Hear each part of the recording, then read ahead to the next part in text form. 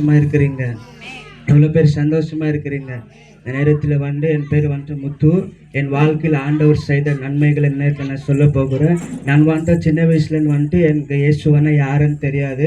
இயேசுவேன்னு தெரியாத நான் குடும்பத்துலேருந்து தான் நான் வளர்ந்தேன். என் வாழ்க்கையில் பார்த்தீங்கன்னா ரொம்ப நான் கஷ்டப்பட்டிருந்தேன். இப்போ நான் அதெல்லாம் நான் சொல்ல போகிறேன். ஆண்டவர் எப்படி என்னை தேடி வந்தார், ஆண்டவர் என்னை தேடி வந்தப்பிக்கோ எப்படி என் வாழ்க்கை இருந்துச்சு, ஆண்டவர் அறியாத டைமில் என் வாழ்க்கை எப்படி இருந்துச்சுன்னு இப்போ நான் சொல்ல போகிறேன். நான் சின்ன வயசுலேருந்து இயேசுவை அறியாத குடும்பத்துலேருந்து தான் நாங்கள் இருந்தோம். எங்களுக்கு நல்லா வீடு கிடையாது.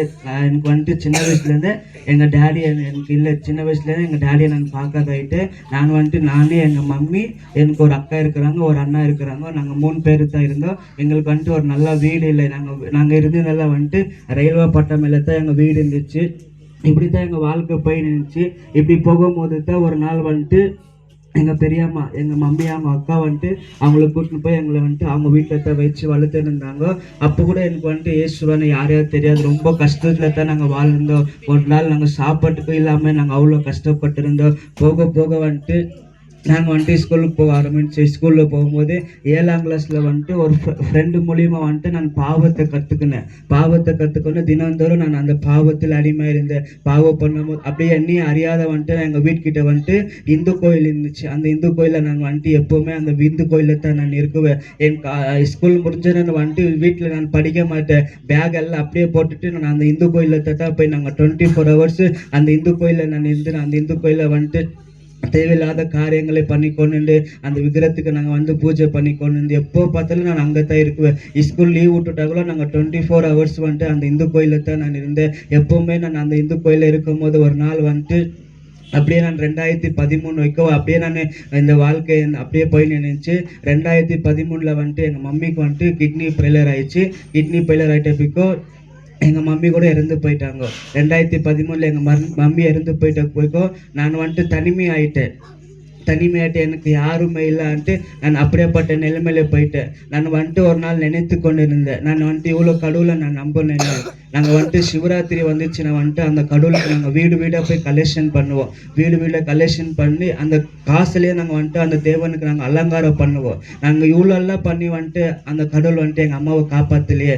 நாங்கள் கடவுளுக்கு அவ்வளோ வைராக்கியமாக நான் எந்த எல்லா வேலையை விட்டுட்டு அந்த கோயிலில் போயிட்டு அவ்வளோ நேரம் 24 hours நான் விக்கிர ஆராதனை பண்ணின்னு இருந்தேனே. அப்படியெல்லாம் பண்ணும்போது கூட ஒரு நாள் கூட எங்கள் வீட்டில் சமாதானம் இல்லை. எங்கள் வீட்டில் எப்போ பார்த்தாலும் நிம்மதி இல்லை. அப்படியேப்பட்ட நேரத்தில் தான் யாரோ ஒருத்தர் மூலியமா என் சாட்சி ரொம்ப பெருசாக இருக்குது. நான் சுருக்கமாக சொல்லின்னு இருக்கிறேன். ஏன்னா நான் அடுத்ததாக நம்ம நிறைய போகிறோம் இருக்குது. அதனால என் சாட்சி நான் சுருக்கமாக சொல்லி கொண்டு இருக்கிறேன். இப்படியே போகிற நேரத்தில் எனக்கு ரொம்ப டிப்ரெஷனில் ஆகிட்டேன். எனக்கு யாருமே இல்லையே. எனக்கு இருந்த எங்கள் அம்மா மட்டும் தான். அம்மா கூட இறந்து போயிட்டாங்களே. இப்போ எனக்கு யாருமே இல்லைன்ட்டு நான் தனிமையில் ஆக்கப்பட்டேன். தனிமையில் இருக்கும் போது தான் பிசாசு என்ன பண்ணா எனக்குள்ள தவறான காரியங்களை போட்டு கொண்டு இருந்தா. இந்த நைட் 2 மணி வரைக்கும் நான் மொபைல் பார்க்குவேன். உங்கள்கிட்ட ஓப்பனா நான் சொல்றேன். ஆனா இன்னைக்கு ஆண்டவர் என்ன ரட்சித்திருக்கிறாரு. ஓப்பனா நான் சொல்றேன். 2 மணி வரைக்கும் ஆபாசமான படத்தை பார்த்து கொண்டு இருந்தேன். 2 மணி வரைக்கும் தவறான வீடியோகளை பார்த்துக்கொண்டு இதே தான் என் வாழ்க்கை போயிருந்துச்சு. இப்பயே நான் நிம்மதி இல்லாத இருந்தேன். ஆனா அந்த வீடியோங்களை பார்க்க இன்னும் எனக்கு என் வாழ்க்கையை முடிஞ்சிச்சு. அதுதான் நினைக்கும் போது தான் ஒரு நாள் எங்கள் அண்ணன் ஃபுட்பாலுக்கு போவார். இந்த ஃபுட்பால் மூலியமாக தான் என்னை ஆண்டவர் எங்கள் வீட்டுக்கிட்ட அந்த கோச்சர் வந்தார். எங்கள் அண்ணா அங்கே கோச்சர் வந்தார். அவர் மூலியமா நீ கூட வா ஃபுட்பாலுக்கு, நீ ஃபுட்பால் ஆடும் போது தான் நான் சும்மா தான் நான் அந்த இடத்துல போனேன். அப்போ அங்கே போயிட்டு அங்கே வேலைக்கிழமை ஒரு இடத்துல ப்ரேயர் விற்குவாங்க. அந்த வேலைக்கிழமை ப்ரேயருக்கு நீ ஒரு நாள் பாரு. இல்லை நான் அந்த கடவுளெல்லாம் நான் நம்புறதில்ல, என்னை நம்பின எல்லாரும் என்னை கைவிட்டு போயிட்டாங்கன்னு சொல்லும் போது, இல்லை நீ ஒரு வாட்டி பாரும்போது அந்த இடத்துல வேலைக்கிழமை ஜெபத்துக்கு நான் போகும்போது அங்கே உண்மையான கடவுள் யாரு, நம்மளுக்காக ரத்தத்தை சிந்துன்னு யாருன்ட்டு அங்கே கொஞ்சம் கொஞ்சமாக சொல்ல நம்ம எல்லா ஐட்டமுக்கும் அங்கே பப்ஸ் கொடுக்குவாங்க. நான் என்ன பண்ணுவோம், இங்கே பப்ஸ் கிடைக்குமே, நம்மளுக்கு சாப்பாடு இல்லையே, இங்கே பப்ஸ் கிடைக்குமே நான் வேலைக்கிழமை அந்த பப்ஸுக்காக நான் அந்த இடத்துல போகும். ஆனால் எனக்கு தெரியல, கொஞ்சம் கொஞ்சமா ஆண்டவர் எனக்குள்ள வந்துட்டு அந்த பாவ காரியங்கள் எல்லாம் எடுத்து போட்டு இருக்கிறாருன்ட்டு. அப்ப நான் முக்கியமா ரொம்ப அந்த பிரேயருக்கு நான் வந்துட்டு நேரத்தை குடிக்க ஆரம்பிச்சேன். போக போக போக வந்துட்டு மாசத்துல ஒரு நாள் வந்துட்டு அவங்க கேம்புக்கு கூட்டின்னு போவாங்க.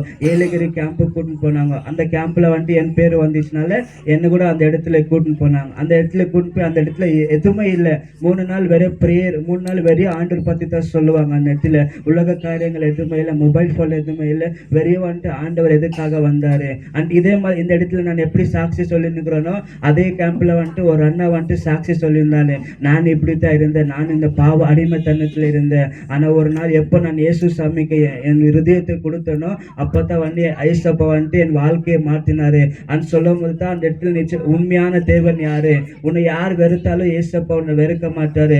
அவங்க வந்துட்டு பாவிகளை நேசிக்கத்தான் இந்த உலகத்துல வந்தாரு. ஆனா சொல்லும் போது எனக்குள்ளே வந்துட்டு ஒரு காரியம் ஹிருதயத்துல வந்துட்டு இது காரியம் இதாக இருந்துச்சு. சரி, அந்த 3 நாள் வந்துட்டு நான் ஆண்டவருக்கு ஒப்பு கொடுத்து திருப்பி வந்து அப்படியே நான் கண்டினியூ பண்ணேன். அவங்க வந்துட்டு வேலைக்கிழமை ப்ரேயர் வச்சாங்க. அப்போ ஒவ்வொரு நாள் வந்துட்டு ஒவ்வொரு இடத்துல வந்துட்டு அவங்க ப்ரேயரை வச்சு ஆரம்பிச்சாங்க. அந்த ப்ரேயருக்கெல்லாம் நான் போக போக போக என்கிட்ட இருந்த பாவங்கள் எல்லாம் அப்படியே ஏசப்பா கொஞ்சம் கொஞ்சமா எடுத்து ஆரம்பிச்சாரு. நான் ரொம்ப அடிமைத்தனத்துல இருந்தேன். இதனால என்னால விட முடியலையே. நான் எவ்வளவு கஷ்டப்பட்டிருந்தேன், அவ்வளவு கஷ்டப்பட்டிருந்தேன். ஒரு நாளைக்கு வந்துட்டு நான் 5-6 வாட்டி அந்த வீடியோ பார்க்குவேன். நான் அந்த வீடியோ பார்க்க என் மைண்ட் இதாயிடும், என் சிந்தனை இதாயிடும். நான் யாரெல்லாம் பார்க்குறேனோ நான் அங்கே கூட போய் பாவம் பண்ணணும். எந்த பாய்ஸ் பார்த்தாலும் அந்த பாய்ஸ் கூட போய் நான் பாவம் பண்ணணும். ஏன்னா அந்த பாவத்தில் வந்துட்டு அப்படிப்பட்ட காரியங்கள் நடக்கும் போது நம்ம சிந்தனையெல்லாம் எடுத்து போட்டு பிசாசு வந்துட்டு தன் இதயத்தை நமக்குள்ள வைத்துருவா. இப்படிப்பட்ட காரியத்தில் இருக்கும் போது எனக்கு ரொம்ப நான் கஷ்டப்பட்டேன். இந்த பாவத்தை என்னால் விட முடியலையே, எப்படி எனக்கு விடுதலை கிடைக்க முடியும், யார் எனக்கு விடுதலை கொடுக்க முடியாமல் தான் ஒரு நாள் வந்துட்டு ஒரு இடத்துல வந்து கூட்டத்தை வச்சிருந்தாங்க. அந்த கூட்டம் என்னன்னா இந்த மாதிரி பிசாசி போற இன்னொன்று வந்துட்டு நான் இந்த விக்கிரகாராதனை பண்ணிட்டு இந்த பாவங்கள்லாம் பண்ணோம் எனக்குள்ள என்னாச்சு, இந்த பிசாசி நிறைய வந்து என்னை பிடிச்சிச்சு. நான் பிசாசி அடிமைத்தனத்துல போயிட்டேன், டிப்ரெஷன்ல போயிட்டேன். என்னால யார் விடுதலை கொடுக்க முடியல, எனக்கு யார் விடுதலை தருவாங்கன்னு சொன்ன போது தான் ஒரு கூட்டத்துல போகும்போது அந்த இடத்துல அந்த ஊழியக்கார் மூலியமா ஆண்டவர் எனக்கு விடுதலை தந்தாரு. எனக்கே தெரியாத 15 வருஷம் அடிமைத்தனத்துல இருந்து இன்னைக்கு உனக்கு ஏசப்பா ஒரு விடுதலை தர போகிறாரு. அந்த ஊழியக்கார் எப்படி எனக்கு ஜெபித்தாரோ அதே போல இன்னைக்கு ஏசப்பா என்னை விடுதலை ஆக்கினாரு.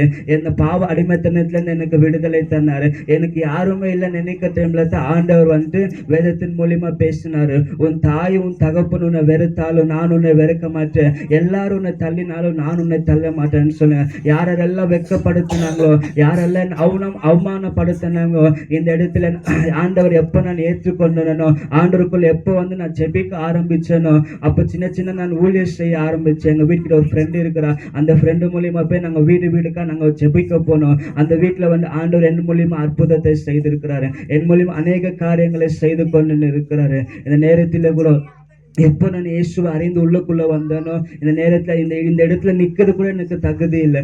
எனக்கு எதுவுமே தெரியாது. ஆனா எப்போ ஏசப்பா ஏற்றுக்கொண்டு ஏசப்பா என் ஹிருதயத்தை அவர் கொடுத்தனாரோ அவர் வாக்குத்தத்தம் பண்ணிக்கிறார். ஞானிகளை வெட்கப்படுத்த பேதைகளை தெரிந்து கொண்டான்னு சொன்னது பிரகாரம் இந்த நேரத்துல நிச்சயமா நான் இந்த இடத்துல நிக்க கூட எனக்கு தகுதி இல்லை. ஆனா எப்ப நான் இயேசுக்காக எப்ப நான் உங்களுக்காக வாழறேன்னு ஒப்பு கொடுத்தனோ ஆண்டவர் இந்த இடத்துல நிக்க வைத்திருக்கிறாரு. எனக்கு பிசாசி போராட்ட அடிமைத்தனத்துல இருந்து விடுதலை தந்தாரு. இன்னைக்கு வந்து நான் பெருமைக்காக சொல்லல, ஒரு எத்தனையோ வீட்டுல போய் என் போல வாலிப பிள்ளைகள் இருக்கிறாங்க, என் போல வாலிப பெண் பிள்ளைகள் இருக்கிறாங்க. அவங்களுக்காக ஜெபிக்கும் போது ஆண்டவர் அவங்களுக்கு விடுதலை தந்திருக்கிறாரு. அங்க ஜெபிக்க ஆரம்பிக்கல, பாடல் பாடும் போது ஆண்டவர் அவங்களுக்கு விடுதலை தந்திருக்கிறார். எத்தனையோ குடும்பத்தில் 5 வருஷம் 6 வருஷம் அடிமைத்தனத்தில் இருக்கிற பிசாசி பிடியில இருக்கிற ஜனங்களுக்கு விடுதலை தந்திருக்கிறாரு. அன்னைக்கு மட்டும் நான் ஏசப்பாக்கு என் வாழ்க்கையை ஒப்பு கொடுக்காத இருந்தேன்னா இன்னைக்கு நான் மண்ணில் இருந்திருக்குவேன். அது இன்னைக்கு நான் எப்போ ஏசப்பாக்கு என் வாழ்க்கையை ஒப்பு கொடுத்தனோ ஏசப்பா இது வரைக்கும் என்னை வழி நடத்தி வந்துன்னு இருக்காரு. ஒவ்வொரு காரியத்திலும் நான் எப்பப்பெல்லாம் நான் சோர்ந்து போகிறேனோ அந்த நேரத்தில் ஒரு ஊழியக்கார் மூலியமா ஆண்டவர் என்னை பலப்படுத்துகிறாரு. இந்த நாள் இந்த கனமான ஊழியத்தை என்னை நம்பி கொடுத்திருக்கிறாரு. எதுவுமே தெரியாத ஏசப்பா நினைக்கிற டைம்ல எல்லாம் நான் உன்னை கொண்டு தான் பெரிய காரியங்களை செய்வேன், உன்னை கொண்டு தான் அநேக ஜனங்களுக்கு நான் பயன்படுத்துறேன். நேரில் ஒருவேளை நீங்க இயேசு அறியாத குடும்பத்தில் வந்திருக்கலாம். நாங்க மதம் பார்த்து வரல, நான் என் மதம் மாற்ற வரல. இப்ப கூட என் பேர் வந்துட்டு முத்துத்தா, ஞானஸ்தானம் எட்டுப்பிட்ட கூட என் பேர் முத்துத்தா. ஏசப்பா மதம் மாற்ற வரல, உங்க ஒவ்வொரு உள்ளத்தில மாற்ற வந்திருக்கிறாரு. சமாதானம் இல்லாத எனக்கு சமாதானம் கொடுத்திருக்கிறாரு. சமாதானம் இல்லாத வந்து இருக்கிறீங்களா? என் குடும்பத்துல பிரச்சனை இருக்குதுன்னு வந்து இருக்கிறீங்களா? இந்த நாள் இந்த ஏசப்பா உங்க ஹிருதயத்தை கொடுங்க, உங்க உள்ளத்துல கொடுக்கும்போது நிச்சயமா ஏசப்பா உங்க துக்கங்களை மாற்றி இன்னைக்கு உங்களுக்கு சமாதானம் தரப்போறார். என்னை மாற்றின தேவன் இன்னைக்கு உங்க வீட்டுல உங்க பிள்ளைகள் மாறாத இருக்கலாம். இந்த நேரத்தில் எப்படி ஏசப்பா என்னை தொட்டாரோ அதே போல ஒரு நாள் நீங்க ஜெபிக்கிற அந்த ஜெபத்தினால உங்க பிள்ளைகளின் அநேகருக்கு சாட்சி எழும போகிறாங்க. இதுவரைக்கும் ஆண்டவர் என்னை வழி நடத்தி வந்தது போல ஆண்டவர் உங்களை நான் வழி நடத்துவார். இந்த சாட்சியை கொடுத்து ஆண்டவர் சாட்சியை நிறுத்த வைத்ததுக்காக ஆண்டவருக்கு நான் நன்றிகளை செலுத்துகிறேன். ஆமென்.